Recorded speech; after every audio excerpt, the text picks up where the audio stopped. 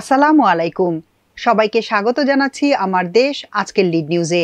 আপনাদের সাথে আছি আমি তাহমিনা তাসির। আমাদের আজকের লিড নিউজের শিরোনাম, আওয়ামী আমলে ইভেন্ট আয়োজনে বেপরোয়া লুট। নিউজটি লিখেছেন সৈয়দ মিজানুর রহমান। চলুন দর্শক জেনে নেওয়া যাক বিস্তারিত। আওয়ামী আমলে ইভেন্ট ম্যানেজমেন্ট খাত থেকে লুটে নেওয়া হয়েছে হাজার কোটি টাকা। নামে বেনামে বিভিন্ন কোম্পানির মাধ্যমে কখনো জয় বাংলা কনসার্ট, কখনো লেটস টক উইথ হাসিনা, আর উন্নয়নের বানোয়াট গল্পের আড়ালে লোপাট হয়েছে জনগণের টাকা। মূলত 2018 সালের রাতের ভোটকে টার্গেটে নিয়েই 2016 সাল থেকে একযোগে সব সরকারি প্রতিষ্ঠান, মন্ত্রণালয় ও বিদেশে বাংলাদেশি দূতাবাসগুলোকে আওয়ামী প্রচারে বাধ্য করে দলটির গবেষণা প্রতিষ্ঠান centre for research and information বা সিআরআই, যার নেতৃত্ব দিয়েছেন হাসিনা পুত্র সজীব ওয়াজেদ জয় ও রেহানা পুত্র রাদওয়ান মুজিব সিদ্দিক ববি। সংশ্লিষ্টরা জানান, সাধারণ সময়ে বছরে যেখানে ইভেন্ট খাতের বাজার 1 থেকে 1.5 কোটি টাকার বেশি নয়, সেখানে হঠাৎ করেই 2016 সালে এসে সরকারি ইভেন্ট এ বাজারকে ফুলিয়ে ফাঁপিয়ে তোলে।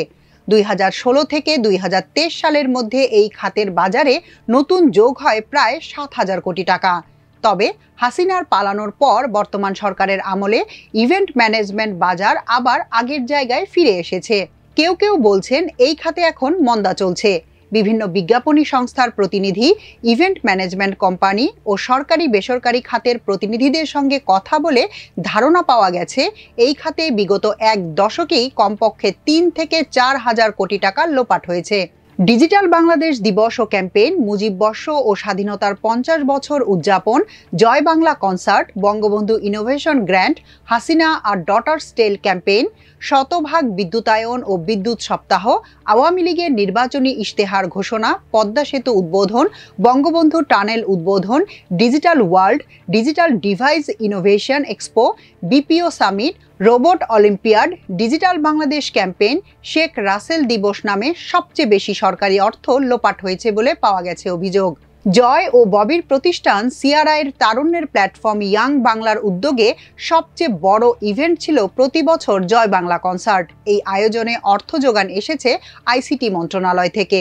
অনুসন্ধানে জানা গেছে, হাসিনার আমলে বড় বড় ইভেন্টগুলোর কোনোটিরই টেন্ডার হয়নি। ছোট কিছু ইভেন্টের টেন্ডার হয়েছে কাজ ভাগ বাটোয়ারার পর, যেখানে কোনো প্রতিযোগিতা ছিল না। সে সময় হাতে গোনা কয়েকটি কোম্পানির প্রতিনিধিদের ডেকে পাঠানো হতো সিআরআই অফিসে। সেখানে ইভেন্ট প্রতিষ্ঠানগুলোর শীর্ষ নির্বাহী বা তাদের প্রতিনিধিদের নিয়ে বৈঠক হতো। কাজের ধরন, খরচের খসড়া হিসাব ও খাত বলে দেয়া হতো। সেই অনুযায়ী কাগজপত্র তৈরি করে নিজেদের পরিকল্পনার কথা জানানো হতো সিআরআই বা সরকারের প্রভাবশালীদের কাছে। পরবর্তী সময়ে সংশ্লিষ্ট মন্ত্রণালয় বা দপ্তর খসড়া হিসাবের তালিকা ধরে মন্ত্রী সচিবের দাপ্তরিক আদেশে অর্থ ছাড়ের ব্যবস্থা করেছে। বিনা টেন্ডারের এসব কাজের বেশিরভাগই পেয়েছে এশিয়াটিক, এমন অভিযোগ প্রতিদ্বন্দ্বী আরেকটি বিজ্ঞাপনী ও ইভেন্ট ম্যানেজমেন্ট কোম্পানির এক শীর্ষ কর্মকর্তার। অনুসন্ধানে জানা গেছে, Asiatic Group, Grey Bangladesh, Expression High Voltage, A for Action, K Sports, Spellbound, Windmill, Dhaka Life ও ব্লুজ নামের বিজ্ঞাপন ও ইভেন্ট ম্যানেজমেন্ট প্রতিষ্ঠানগুলোই হাসিনার বানোয়াট উন্নয়নের বিভিন্ন ইভেন্ট আয়োজনে বেশি সক্রিয় ছিল। এসব বিজ্ঞাপনী সংস্থা ও ইভেন্ট ম্যানেজমেন্ট প্রতিষ্ঠানগুলোর অনেকেই এখন ব্যবসা গুটিয়ে নিয়েছে। কেউ কেউ পালিয়েছে দেশ ছেড়ে। ইভেন্ট আয়োজনে খরচের দিক থেকে তুলনা করে দেখা গেছে, তথ্য প্রযুক্তি ও আইসিটি মন্ত্রণালয় ছাড়াও বিদ্যুৎ মন্ত্রণালয়, গৃহায়ন ও গণপূর্ত মন্ত্রণালয়, সংস্কৃতি মন্ত্রণালয়, প্রাথমিক ও গণশিক্ষা মন্ত্রণালয়, পররাষ্ট্র মন্ত্রণালয় অহেতুক প্রচারে রাষ্ট্রীয় অর্থ খরচে এগিয়েছিল। বিদ্যুৎ, জ্বালানি ও খনিজ সম্পদ উপদেষ্টা মোহাম্মদ ফাউজুল কবির খান আমার দেশকে জানিয়েছেন, তার মন্ত্রণালয়ের অর্থায়নে বা উদ্যোগে হাসিনা সরকারের আমলে যেসব ইভেন্ট অনুষ্ঠিত হয়েছে সবকটিরই তদন্ত হবে। দোষী কাউকেই ছাড় দেয়া হবে না। মুজিববর্ষ আয়োজনে সংস্কৃতি মন্ত্রণালয় বেশ কয়েকটি ইভেন্ট করেছিল শিল্পকলা একাডেমির মাধ্যমে। এসব অনুষ্ঠানের আয়োজন করতে গিয়ে দুর্নীতিতে জড়ায় শিল্পকলা। এ বিষয়ে জানতে চাইলে সংস্কৃতি বিষয়ক মন্ত্রণালয়ের উপদেষ্টা মোস্তফা সরোয়ার ফারুকী বলেন, আমি দায়িত্ব নেয়ার পর অনেকগুলো সংস্কার কাজে হাত দিয়েছি। সেই সঙ্গে বিগত সময়ে এই মন্ত্রণালয়ের দুর্নীতি খতিয়ে দেখতে একজন বিশেষজ্ঞ নিয়োগ প্রায় চূড়ান্ত। তার নেতৃত্বে কমিটি করা হবে। সেখানে মুজিববর্ষ সহ সব ইভেন্ট আয়োজনের অনিয়ম খুঁজে দেখা হবে।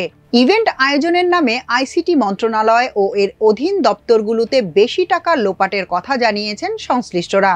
এরই মধ্যে অন্তর্বর্তী সরকার আওয়ামী লীগ সরকারের সময়ে তথ্য প্রযুক্তি খাতে সংঘটিত দুর্নীতি খুঁজে বের করে শ্বেতপত্র আকারে প্রকাশ করতে একটি টাস্ক ফোর্স গঠন করেছে।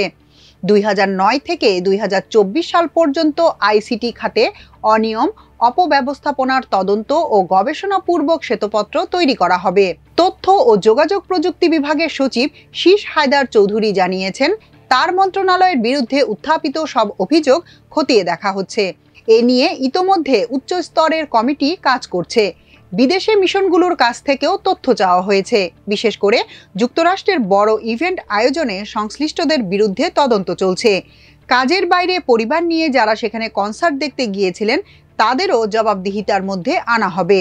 আইসিটি মন্ত্রণালয়ের অর্থায়নে সবচেয়ে ব্যয়বহুল ইভেন্ট ছিল নিউ ইয়র্কের ম্যাডিসন স্কয়ার গার্ডেনের গোল্ডেন জুবিলি বাংলাদেশ কনসার্ট। 2022 সালে স্বাধীনতার সুবর্ণ জয়ন্তী উদযাপন উপলক্ষে এই কনসার্টের আয়োজন করা হয়। ওই বছর 6 মে কনসার্টের আয়োজক ছিল আইসিটি বিভাগ। সরকারিভাবে এর খরচ প্রায় 34 কোটি টাকা দেখানো হলেও বিজ্ঞাপন ও ইভেন্ট ম্যানেজমেন্ট আয়োজনে যুক্ত একটি প্রতিষ্ঠানের কর্ণধার এ প্রতিবেদককে জানান, এই কনসার্ট আয়োজনে কমপক্ষে 100 কোটি টাকা খরচ হয়েছে। সরকার বা সংশ্লিষ্ট মন্ত্রণালয় যে হিসাব দিয়েছে, প্রকৃত ব্যয় তার 3 থেকে 4 গুণ বেশি এবং বাকি অর্থ চাঁদাবাজির মাধ্যমে এসেছে বলেও দাবি করেন তিনি। কনসার্টে গিয়েছিলেন হাসিনার ঘনিষ্ঠ আত্মীয়, তৎকালীন প্রভাবশালী মন্ত্রী, এমপি ও আমলারা। অভিযোগ আছে কেউ কেউ তাদের কাজের বোয়াদেরও সরকারি টাকায় নিয়েছিলেন এই অনুষ্ঠানে। অংশ নিয়েছিলেন শতাধিক সরকারি কর্মকর্তা ও তাদের পরিবার। শুধু তথ্য ও যোগাযোগ প্রযুক্তি বিভাগের 72 কর্মকর্তা গিয়েছিলেন এই অনুষ্ঠানে। 2 সপ্তাহের বিদেশ ভ্রমণ ও অনুষ্ঠান আয়োজনের খরচ 34,11,92,865 টাকা। এসব অর্থ যোগান দেয়া হয় বিভিন্ন প্রকল্প পরিচালকদের মাধ্যমে। সে সময় হাইটেক পার্ক কর্তৃপক্ষের ব্যবস্থাপনা পরিচালক বিকর্ণ কুমার ঘোষ কনসার্ট বাস্তবায়নের দায়িত্বে ছিলেন। আওয়ামী আমলে সবচেয়ে দুর্নীতিগ্রস্ত প্রতিষ্ঠানের রূপ নিয়েছিল আইসিটি মন্ত্রণালয় ও তার অধীনস্থ অধিদপ্তরগুলো। মূলত তৎকালীন আইসিটি বিভাগের প্রতিমন্ত্রী জুনায়েদ আহমেদ পলক ছিলেন দুর্নীতির বরপুত্র। পলক আটক হয়ে কারাগারে থাকায় তার বক্তব্য নেওয়া সম্ভব হয়নি। হাসিনার আমলে সরকারি খরচে দেশের সবচেয়ে বড় ইভেন্ট ছিল মুজিব বর্ষ। 2020 সালে 17 মার্চ থেকে এক বছরের এই আয়োজন সফল করতে কয়েকশো ইভেন্ট আয়োজন করা হয়।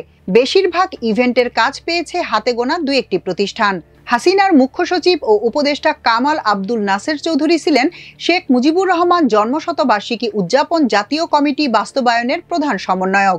দেশ বিদেশ মিলিয়ে এই আয়োজনে খরচ হয়েছে প্রায় 4,000 কোটি টাকা। ইতোমধ্যে দুদক অনুসন্ধান শুরু করেছে। নাসের চৌধুরী আটক হয়ে বর্তমানে কারাগারে আছেন। রাজধানী ঢাকার অনুষ্ঠান আয়োজনে কয়েকশো কোটি টাকা ব্যয় হয় বলে আয়োজক প্রতিষ্ঠানগুলোর তথ্যে জানা গেছে। সরকারি নথি অনুসন্ধানে শুধু গণপূর্ত অধিদপ্তরের ইলেকট্রিক্যাল বিভাগ থেকেই 98,51,067 টাকা প্রদান করা হয় বিজ্ঞাপনী সংস্থা ও ইভেন্ট আয়োজক এশিয়াটিক গ্রুপকে। এশিয়াটিক মার্কেটিং কমিউনিকেশন এ পরিমাণ টাকা নিয়েছে সংসদ ভবনের সামনে একটি মঞ্চ তৈরি, নায়ক নায়িকাদের জন্য ছোট আকারের একটি গ্রিন রুম, অতিথিদের বসার ব্যবস্থা এবং একটি ছোট অস্থায়ী তাঁবু দিয়ে অফিস রুম স্থাপনের জন্য। সেই সঙ্গে 3 দিনের অনুষ্ঠানে বিদ্যুৎ সরবরাহ, জেনারেটর ভাড়া ও সিসিটিভি ভাড়াও অন্তর্ভুক্ত ছিল এর মধ্যে। এ বিষয়ে লিখিত বক্তব্যে এশিয়াটিক গ্রুপ দাবি করে, স্বাধীনতার 50 বছর পূর্তি ও মুজিব শতবর্ষ উদযাপনের অনুষ্ঠানের ওয়ার্ক অর্ডার প্রাপ্তির সম্পূর্ণ প্রক্রিয়াটি এশিয়াটিক 360 সম্পূর্ণ স্বচ্ছতা ও আইনগত বাধ্যবাধকতা মেনে সম্পূর্ণ করেছে।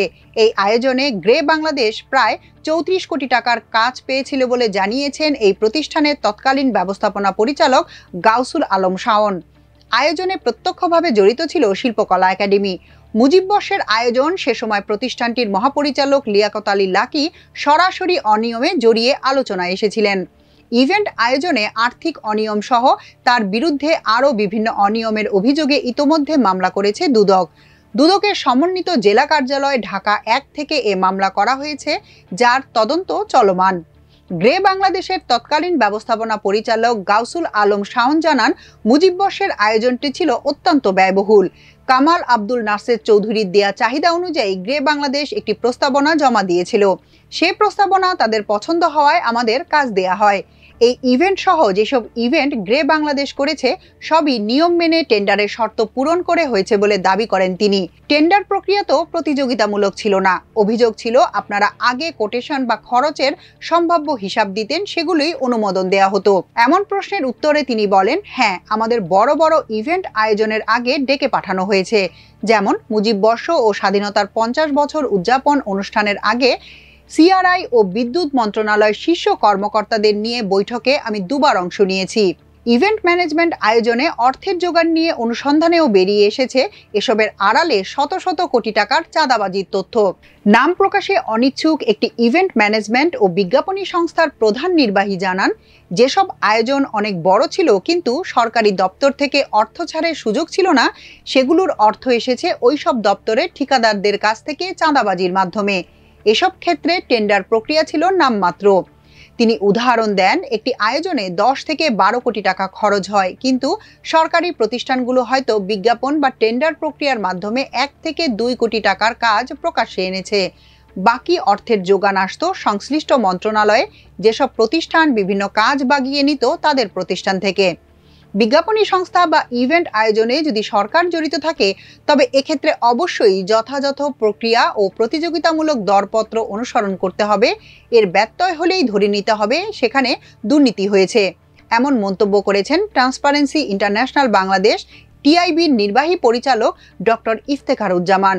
তিনি বলেন, সরকার কিছু কিনতে গেলে যেমন নিয়মের মধ্যে কিনতে হবে, তেমনি অর্থ খরচেও নিয়ম মানতে হবে। এখনকার মতো এ পর্যন্তই। প্রিয় দর্শক, সবাই ভালো থাকুন, সুস্থ থাকুন, থাকুন আমার দেশের সঙ্গে। চ্যানেলটি ভালো লাগলে সাবস্ক্রাইব করুন। আল্লাহ হাফেজ।